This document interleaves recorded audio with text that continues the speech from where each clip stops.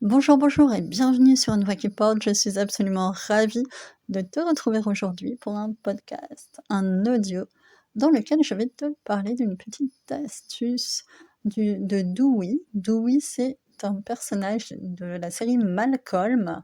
Malcolm, qui est une série un petit peu ancienne, une sitcom qui met en scène une famille avec des frères et Dewey, c'est le plus jeune. Alors, Malcolm a un âge intermédiaire et Dewey, c'est le petit. Ils sont tous assez malins, astucieux, ils ont leur personnalité, mais le plus petit, qu'on ne voit pas forcément souvent, n'est pas le moins malin. Loin de là, on va en parler aujourd'hui. Mais si c'est pas déjà fait, tu cliques sur j'aime, tu t'abonnes, tu cliques sur la cloche, tu partages et tu commentes si ça t'inspire des choses.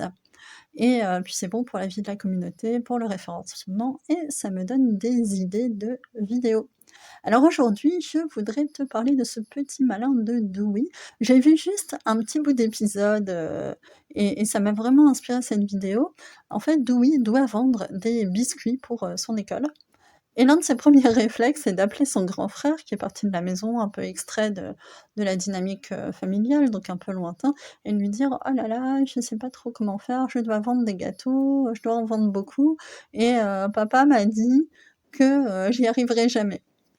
Et là, le grand frère qui protège, en fait, qui a un réflexe de protection de son petit frère, qui dit: «Oh là là, mais c'est pas possible, ce qu'on entend dans cette famille, ça m'étonne pas qu'on ait tous des problèmes de confiance, en nous, que personne n'ait confiance en soi dans cette famille. Et bah, tu sais quoi? Des boîtes de biscuits, moi je vais t'en acheter 10». Et hop, le petit a réussi à refiler 10 de ces boîtes de biscuits. Alors ce qui est rigolo, c'est que dans le jeu de l'acteur, on voit bien que le petit est absolument et parfaitement, calme, froid et totalement conscient en fait de la manipulation, de son grand frère. En gros, en un petit coup de fil de quelques instants, il a réussi à vendre extrêmement habilement une dizaine de boîtes de gâteaux.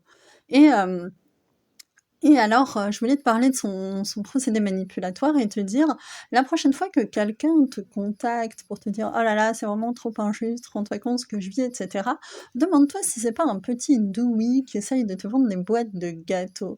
Et je voulais, te donner ce petit, exercice pour essayer de sortir un peu, de ce schéma de sauveur, de victime et tout ça qu'on connaît bien et que tu me mettes en commentaire ou que tu réfléchisses à ce que toi, tu aurais pu dire au petit Louis qui t'appelle pour t'expliquer qu'il sait pas comment vendre ses gâteaux et que vraiment, papa est méchant, il a dit qu'il n'y arriverait pas. Ce qui, soit dit en passant, était totalement, faux de mémoire, hein. En tout cas, on n'a pas vu de scène comme ça dans la série. Je t'invite à regarder Malcolm, hein, c'est vraiment une série qui est super sympa. En tout cas, à la place du grand frère, qu'est-ce que tu aurais répondu toi? Qu'est-ce que tu aurais pu faire? Comment détecter, ce genre de schéma et se positionner peut-être autrement pour, ne plus être, le dindon de la farce, et manipulé par les petits, douilles comme ça. Est-ce que tu as déjà vécu des choses similaires?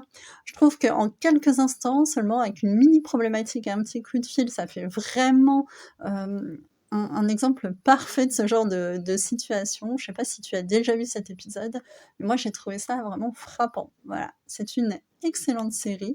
Malcolm, très très pertinente, souvent.